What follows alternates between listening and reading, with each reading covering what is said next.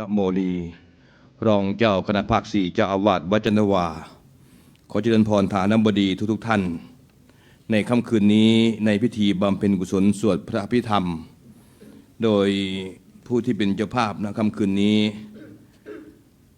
กระทรวงยุติธรรมโดยท่านโกมลพรหมเพ็งซึ่งเป็นรองปลัดกระทรวงยุติธรรมได้เมตตาให้กับอุบาสกอุบาสิกาของวัดจันทวาในค่ำคืนนี้วันนี้ความเป็นสัพพสิริมงคลนั้นได้พร้อมแล้วเพื่อใช้โอกาสและเวลานี้ให้เกิดประโยชน์โอกาสนี้ขอเจริญพรท่านโกมลพรหมเพ็งรองปลัดกระทรวงยุติธรรมได้จุดธูปเทียนโต๊ะหมู่บูชาในโอกาสนี้ขอเจริญพร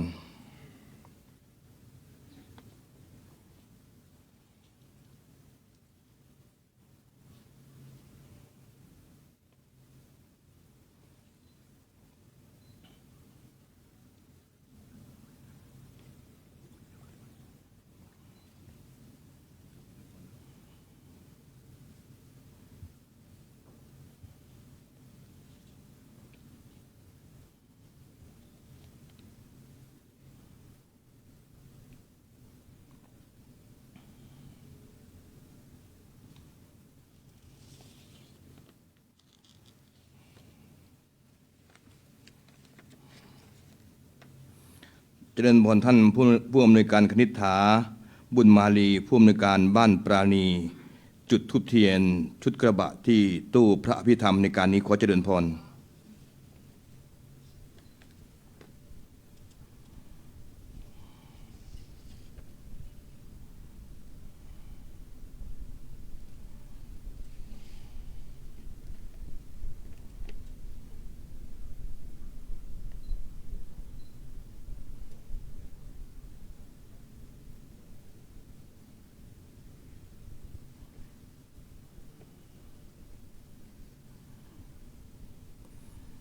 เจริญพรคุณอานุภาพทานทองสมาชิกสภากรุงเทพมหานครเขตสาทรจุดธูปเทียนเครื่องทองน้อยเบื้องหน้าพระบรมฉายาลักษณ์สำหรับบูชาธรรมชุดล่างขอเจริญพร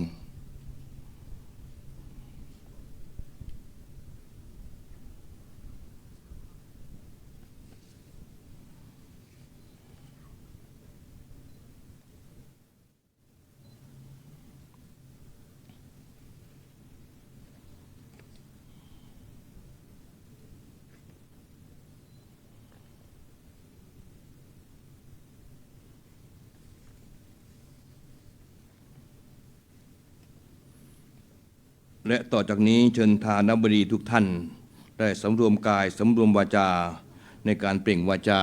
กล่าวคำอาราธนาศีลและก็รับศีลตามลำดับ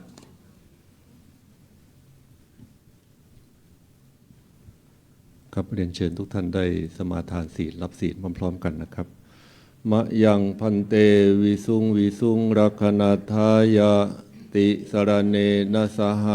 ปัญจศีลานิยาจามะทุติยมปิมะยังพันเตวิสุงรักขณาทายาติสรเนนะสหปัญจศีลานิยาจามะตติยมปิมะยังพันเตวิสุงรักขณาทายาติสรเนนะสหปัญจศีลานิยาจามะนะโมตัสสะภะคะวะโตอะระหะโตสัมมาสัมพุทธัสสะนะโมตัสสะภะคะวะโตอะระหะโตสัมมาสัมพุทธัสสะนะโมตัสสะภะคะวะโตอะระหะโตสัมมาสัมพุทธัสสะนะโมตัสสะภะคะวะโตอะระหะโตสัมมาสัมพุทธัสสะนะโมตัสสะภะคะวะโตอะระหะโตสัมมาสัมพุทธัสสะนะโมตัสสะภะคะวะโตอะระหะโตสัมมาสัมพุทธัสสะ พุทธังสรณังคัจฉามิ พ พุทธังสรณังคัจฉามิ ธัมมังสรณังคัจฉามิ ธัมมังสรณังคัจฉามิ สังฆังสรณังคัจฉามิ สังฆังสรณังคัจฉามิ ทุติยัมปิพุทธังสรณังคัจฉามิ ทุติยมปิพุทธังสรณังคัจฉา ทุ มิ ติยัมปิธัมมังสรณังคัจฉามิ ทุติยมปิธัมมังสรณังคัจฉามิ ทุติยัมปิสังฆังสรณังคัจฉามิ ทุติยมปิสังฆังสรณังคัจฉามิ ตติยัมปิพุทธังสรณังคัจฉามิ ตติยมปิพุทธังสรณังคัจฉามิ ตติยัมปิธัมมังสรณังคัจฉามิ ตติยมปิธัมมังสรณังคัจฉามิ ตติยัมปิสังฆังสรณังคัจฉามิ ตติยมปิสังฆังสรณังคัจฉามิ ปานาติปาตา เวระมณีสิกขาปะทังสมาธิยามิ ปานาติปาตา เวรมณีสิกขาปะทังสมาธิยา อา มิ ทินนาทานา เวระมณีสิกขาปะทังสมาธิยามิ อาทินนาทานา เวรมณีสิกขาปะทังสมาธิยามิ กาเมสุมิจฉาจารา เวระมณีสิกขาปะทังสมาธิยามิ กาเมสุมิชาจารา เวรมณีสิกขาปะทังสมาธิยามิ มุสาวาทา เวระมณีสิกขาปะทังสมาธิยามิ มุสาวาทา เวรมณีสิกขาปะทังสมาธิยามิ สุราเมรยะมัชฌะปมาทัฏฐานา เวระมณีสิกขาปะทังสมาธิยามิ สุราเมรยะมัชฌะปมาทัฏฐานา เวรมณีสิกขาปะทังสมาธิยามิ อิมานิปัญจสิกขาปทานิสีเลนะสุขติงยันติสีเลนะโภคสัมปทานสีเลนะนิพุตติงยันติตัสมาสีลังวิโสทะเย ในลำดับนี้ขอเจริญพรคุณปนชเสนีวงศ์ณอยุธยา ผู้ทรงคุณวุฒิกรมพินิจกระทรวงยุติธรรม จุดธูปเทียนเครื่องทองน้อยเบื้องหน้าพระบรมฉายาลักษณ์สำหรับทรงธรรมชุดบนขอเจริญพร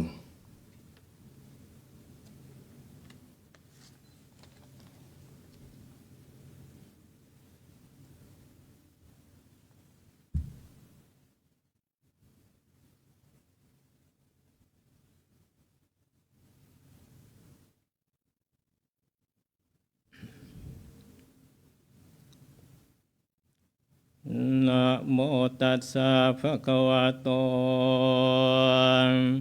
อะระหะโตสัมมาสัมพุทธัสสะนะโมตัสสะภะคะวะโตอะระหะโตสัมมาสัมพุทธัสสะนะโมตัสสัพพะคะวะโตอะระหะโตสัมมาทัสสะกุศลธรรมะอกุศลธรรมะยากตาธรรมะกตเมธรรมะกุศลายสมิงสมัยเยกามาวจรังกุศลังจิตัง โหติโสมนัสสะหกตังญาณสัมปโยตังโลปารามณวาสัทธารามนังวาคันดารามรามนังวาโพธาภารามนังวาธรรมารามวายังวาปนาราปตัสมิงสมัยเยภัสโสโหติอวิเคปโหติเยวาปนาตัสมิงสมัยเยอัญเยปิอาติปติจะสโมปนาอรูปิโนธรรมอิเมธรรมากุศลปัญจขันธารูปขันธเวทนาขันธสัญญาขันธสังขารขันธวิญญาณขันธกตกตมโรปขันธยังกินจิรูปังอติตานาคตปัจจุปันนังอาชัตตังวาปอิทาวาโอลาริกังวาสุขุมังวาเอนังวาปณิตังวายังทุเรวาสันติเกวาตเทกาชังอภิสัญโยหิตวังอภิสังคิปิตวาอายังวจติโรปะคันโทสังฆโหอสังฆโหสังฆอิเตนะอสังฆอิตังอสังฆอิเตนะสังฆอิสังฆอิเตนะสังฆอิตังอสังฆอิเตนะอสังฆอิตังสัมปโยโควิปโยโคสัมปโยเตนะวิปโยตังวิปโยเตนะสัมปโยตังอสังฆอิตังชาปัญญาติโยคันตปัญญาติอายตนะปัญญาติธาตุปัญญาติสัจจปัญญาติอินทรียปัญญาติโภคลปัญญาติกิตาวตังโภคารานังโภคลปัญญาติสมัยวิโมโตอสมัยวิโมโตโกปธรรมโมโกปธรรมโมปริหานธรรมโมอปริหานธรรมโมเจตนาภาโพอนุราคณาภาพปุถุชนโนโคตรภูพโยปรโตอภโยปรโตภาภาคมโนอภาภาคมโนนิยโตอนิยโตปฏิปันนโกภะเลจิโตอะระหะอะระหะตายปฏิปันโนโภคะโลอุปลาภดิสัจจิกาทปรมาเทนะติอามันตายโยสัจจิกาโทปรมาโทตโตโสโภคะโลอุปลาปฏิสัจจิกาตปรมาเทนะตินะหิวังวาตาเพอาชานาหิเนกหังหันจิโภคะโลอุปลาปฏิสัจจิกาตปรมาเทนะเตนะวัตเรวาตาเพโยสัจจิกาโทปรมาโทตโตโสโภคะโลอุปลาปฏิสัจจิกาตปรมาเทนาติมิจฉาเยเกจิกุสลธรรมังสัพเพเตกุสลโมลาเยวาปนกุสลโมลาสัพเพเตธรรมากุสลาเยเกจิกุสลธรรมาสัพเพเตกุสลโมเลนะเอกโมลาเยวาปนกุสลโมเลนะเอกโมลาสัพเพเตธรรมากุสลาเหตุปัจจโยอารามณปัจจโยอธิปติปัจจโยอนันตรปัจจโยสมนันตรปัจจโยสหชาตปัจจโยอัญญมัญญปัจจโยนิสยปัจจโยอุปนิสยปัจจโยปุเรชาต ปัจจโยปัจฉาชาตปัจจโยอาเสวนปัจจโยกรรมปัจจโยวิปากปัจจโยอาหารปัจจโยอินทรียปัจจโยฌานปัจจโยมรรคปัจจโยสัมปโยตปัจจโยวิปโยตปัจจโยอาติปัจจโยนาทิปัจจโยวิคตปัจจโยอวิคตปัจจโย พระสงฆ์จตุรวรรคทั้งสี่รูป ได้สวดสาธยาย เมตตานำสวดโดยท่านอาจารย์พระครูวัชรธรรมพิสุทธิ์ผู้ช่วยเจ้าอาวาสวัดจันทวาซึ่งได้สวดสาธยายพระอภิธรรม7 คัมภีร์ได้จบลงในจบที่ 1ด้วยวันนี้เป็นอีกค่ำคืนหนึ่งที่ได้มีฐานะบดีทั้งหลายโดยกระทรวงยุติธรรมได้รับเป็นเจ้าภาพในพิธีบำเพ็ญกุศลสวดพระอภิธรรมท่านทั้งหลายการกระทำสำคัญกว่าการคำพูดจริงอยู่คำพูดนั้นมีค่าที่มัดจำแต่การกระทำนั้นมีค่าที่มัดใจเพราะฉะนั้นการแสดงออกของทั้งหลายจึงได้ชื่อว่าเป็นเครื่องหมายของคนดีคนเรานั้นจะต้องมีทั้งตานอกและก็ตาในถ้าตานอกต้องไม่มืดบอดตาในต้องไม่มืดมิดธรรมะสองตาจึงเป็นเกิดจากความรู้สึกคือภายในใจ1กตัญญูตารู้คุณคน2กตเวทิตาตอบแทนคุณคนนั้นถ้าเป็นตานอกโบราณได้กล่าวเอาไว้ถ้ามา1 ตัวแล้วมองไม่เห็นชัดถ้ามา2 ตัวเมื่อไหร่มองไม่ชัดเจนถ้าไม่มาสักตัวก็มองเห็นชัดเจนเพราะว่ามา1 ตัวมัว1 ตามองไม่เห็นชัดเจนมา2 ตัวมัว2 ตามองไม่เห็นเลยไม่มาสักตัวก็คือไม่มัวสักตาโบราณทั้งหลายได้ยกย่องของคนที่มีตา2 ข้างคือกตัญญูตาและกตเวทิตาว่าเป็นสัตบุรุษเป็นเครื่องหมายของคนดีดังคำสาธุนรธรรมได้กล่าวไว้เดินตามรอยคนดีที่อยู่หน้ามือเคยเลี้ยงเรามาอย่าได้เผาอย่าทำร้ายพวกพ้องมิตรของเราคนโง่เขลาไร้สติอย่าริตามนี่คือสาธุนรธรรมธรรมของคนดี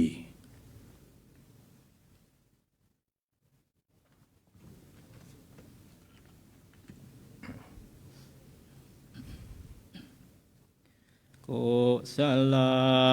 ธรรมะอกุศลธรรมะอภยกตธรรมะกตเม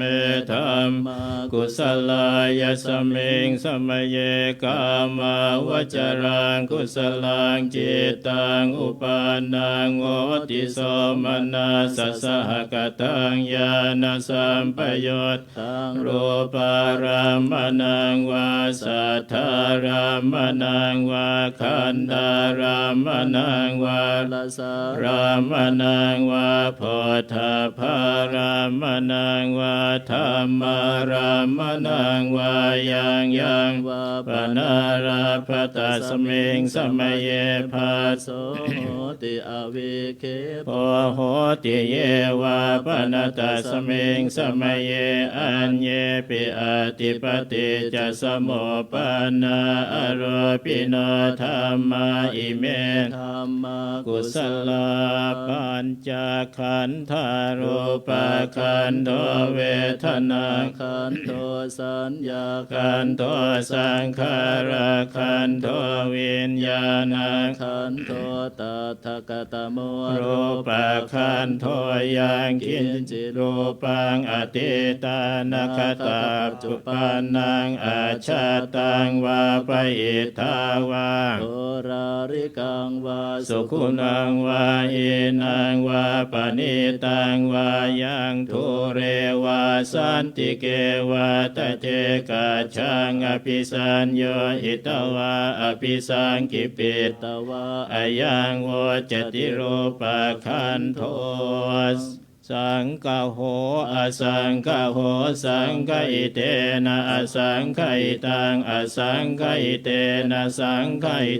สังฆอิเตนะสังฆอิตังอสังฆอิเตนะอสังฆอิตังสัมปโยโควิปโยโคสัม ปโยเตนะวิปโยตังวิปโยเตนะสัม ปโยตังอสังฆอิตังชาปัญญาติโยขันธปัญญาติอายตนะปัญญาติ ธา ตุปัญญาติสัจจปัญญาติอินทรียปัญญาติปุคละปัญญาติกิตาวตาปุคลานัง ปุคารปัญญาติสัม มยวิโมตโตอสมยวิโมตโตโกปธรรมโมอโกปธรรมโมปริหานธรรมโมอปริหานธรรม โม เจตนาภาโพอนุราคณาภาโพ ปุถุ ชโนโคตรโพพโยปรโตอภโยปรโตภาภาคมโนอภาภาคมโนนิยโต อนิยโต ปฏิปันนโกภะเลติโตอะระหะอะระหะตายปฏิปันโนโภคะโลอุปลาปฏิสัจจิกา ทัปรมาเทนาติ ติอามันตายโยสัจจิกาโทปรมาโทตโตโสปุคะโลอุปลาปฏิสัจจิกาตปรมาเทนาตินาเหวังวาตาเพ อาชา นายิเนกหังหันจิปุคะโลอุปลาปฏิสัจจิกาตปรมาเทนะเตนะวัตเรวาตาเพโยสัจจิกาโทปรมาโทตโตโสปุคะโลอุปลาปฏิสัจจิกาตปรมาเทนะติมิจฉาเยเกจิกุสลธรรมา สัพเพเตกุสล โม มุ ลา เยวาปนกุ กุ ส ศ ล ลโมเล สัพ เพ เพ เตธรรมากุศลเยเกจิกุศลธรรมาสัพเพเตกุศลโมเลนะเอกโม ลา เยวาปนกุศลโมเลนะเอกโมสัพเพเตธรรมากุศลเหตุปัจจโยอารามณปัจจ จโย อธิปติปัจจโยอนันตรปัจจโยสมนันตรปัจจ จโย สหชาตปัจจโยอัญญมัญญปัจจโยนิสยปัจจโยอุปนิ สยปัจ จโยปุเรชาตปัจจโยปัจฉาชาตปัจจโยอาเสวนปัจจโยกรรมปัจจ จโย วิปากปัจจโยอาหารปัจจโยอินทรียปัจจโยชานะปัจจโยมากปัจจโยสัมปโยตปัจจโยวิปโยตปัจจโยอาติปัจจโยนาติปัจจโยวิคตปัจจโยอวิคตปัจจโย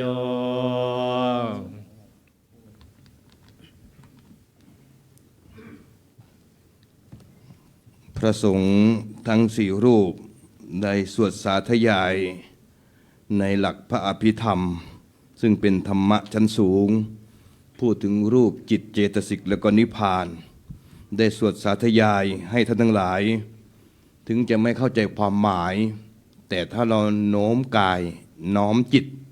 ในการฟังอย่างเคารพย่อมเป็นพลังบุญพลังบารมีเช่นเดียวกัน ซึ่งขณะนี้ศาสนาพิธีกรได้ลาดผ้าขาวรองโยง เพื่อที่จะรองรับผ้าพระผู้สายโยงนั้นอีกครั้งหนึ่ง และในขณะเดียวกันจะได้เจริญพรทานบดี ในการเป็นผู้แทนท่านทั้งหลายเข้าถวายกับปิยพันธ์และก็มีการทอดผ้าไตรบางสุกุล ซึ่งวันนี้กระทรวงยุติธรรม โดยท่านโกมลพรหมเพ็งรองปลัดกระทรวงยุติธรรม ได้เป็นเจ้าภาพในค่ำคืนนี้ ในโอกาสนี้ขอเจริญพรทานบดี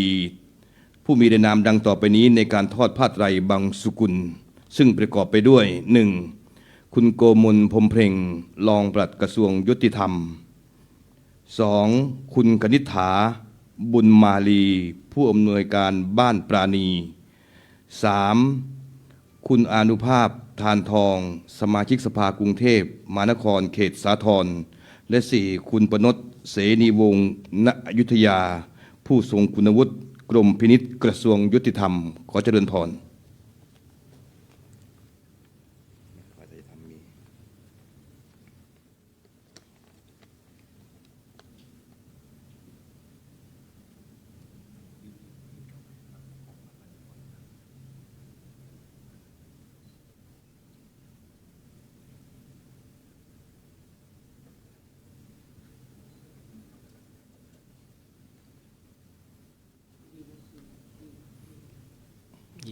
ยืนก็ได้ยืนก็ได้เอาวางพร้อมกันวางขวางเมื่อทอดผ้าไตรบังสุกุลเป็นที่เรียบร้อยเจริญพรได้นั่งที่เก้าอี้รับรองพระสงฆ์ทั้ง 4 รูปจะได้สดับประกรณ์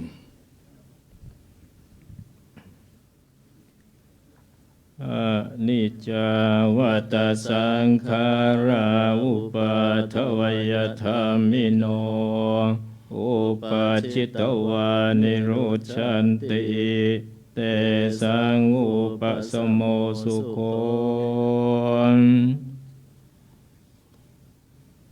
เมื่อผู้แทนทั้ง 4 ท่านได้ทอดผ้าไตรบังสุกุลเป็นที่เรียบร้อยจะได้เจริญพรฐานบดี 6 ท่านด้วยกันในการเข้าถวายกัปปิยพันธ์โดยมีบางท่านในการถวายพระนั้นเป็นคู่เพื่อที่จะได้อนุรูปอนุโลมให้ทั้งหลายได้ตามสมควรกับไมตรีจิตของฐานบดีทั้งหลายโอกาสนี้ขอเจริญพรฐานบดีผู้มีรายนามดังต่อไปนี้ในการเข้าถวายกัปปิยพันธ์แด่พระสงฆ์ทั้ง 4 รูป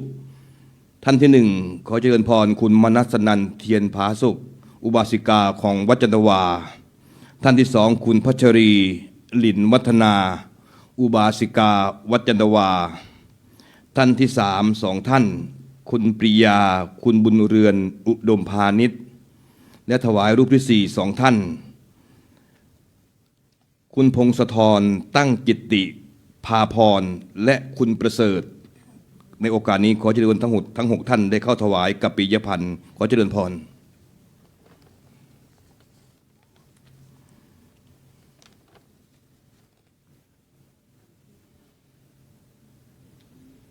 ยืนก็ได้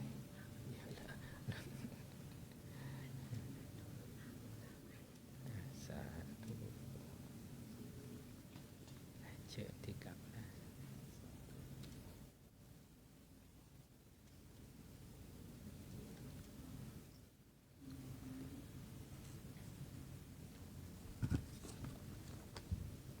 ลำดับถัดจากนี้เชิญทุกท่านได้ตั้งใจกรวดน้ำแล้วก็รับพรจากพระสงฆ์เป็นลำดับสืบไป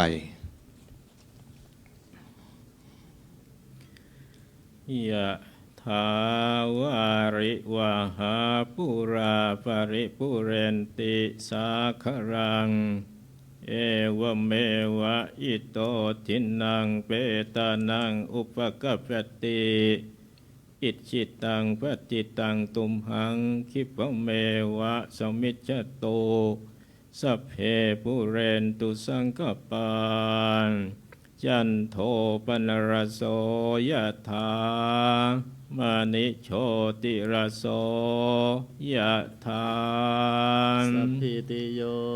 วิ วิวั วั ช ช ชั ชั น น ตุ ตุ สั สั พ พ พะ พะ โร โร โควินาศตุมาเตภวัตวันตรายโยสุขิทีขายุโกภวสัพพิติโยวิวัชชันตุสัพพะโรโควินาศตุมาเตภวัตวันตรายโยสุขิทีขายุโกภวสัพพิติโย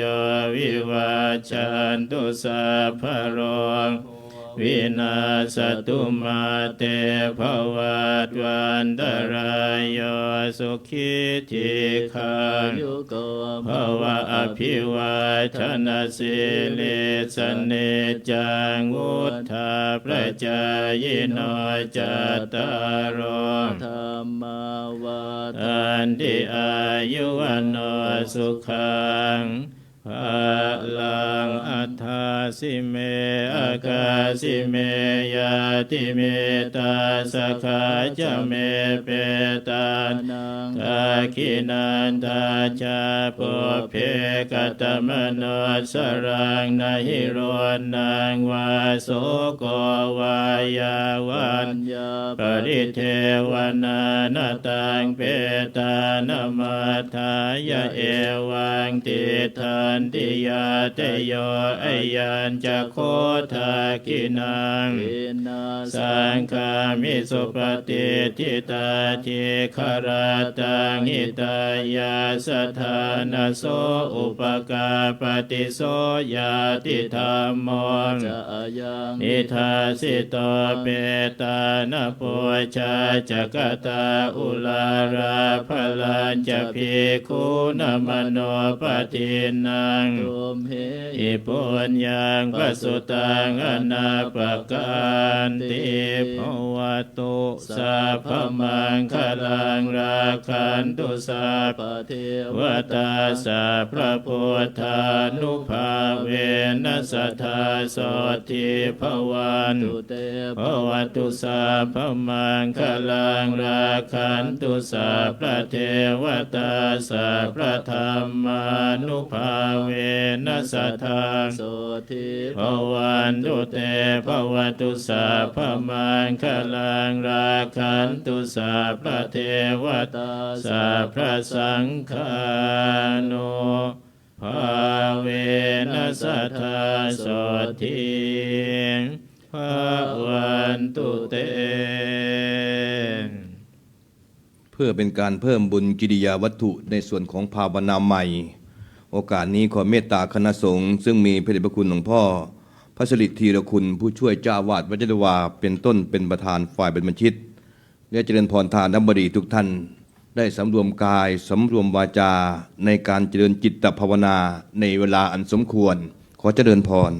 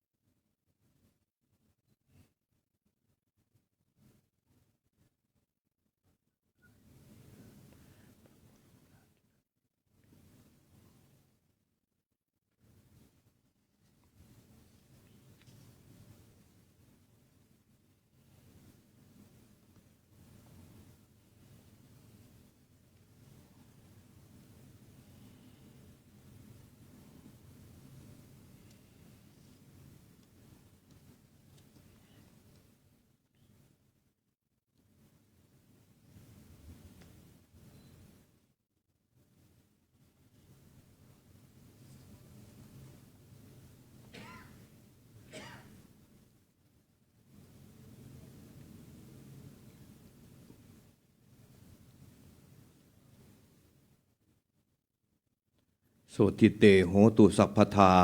เห็นสมควรแก่กาลเวลาในท้ายที่สุดพิธีบำเพ็ญกุศลสวดพระอภิธรรมเพื่ออุทิศถวายเป็นพระกุศลแด่สมเด็จพระนางเจ้าสิริกิติ์พระบรมราชินีนาถพระบรมราชชนนีพันปีหลวงในการครั้งนี้โอกาสนี้ขอเจริญพรคุณโกมลพรหมเพ็ง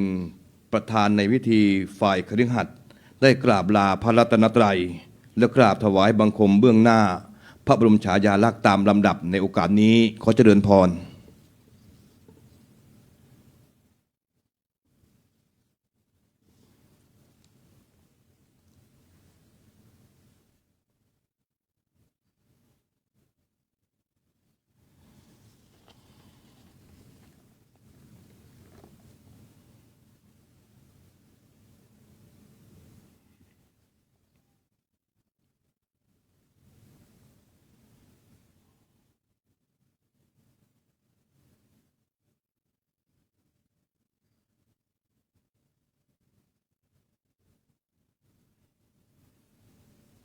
ในนามคณะสงฆ์วัดจันทวาซึ่งมีพระเดชพระคุณหลวงพ่อพระธรรมวชิรโมลีรองเจ้าคณะภาค 4เจ้าอาวาสวัดจันทวาขออนุโมทนาบุญกับทานบดีทุกท่าน ที่ได้มาร่วมในพิธีบำเพ็ญกุศลสวดพระอภิธรรมในค่ำคืนนี้ ในลำดับนี้ขอเมตตาคณะสงฆ์ซึ่งมีพระเดชพระคุณ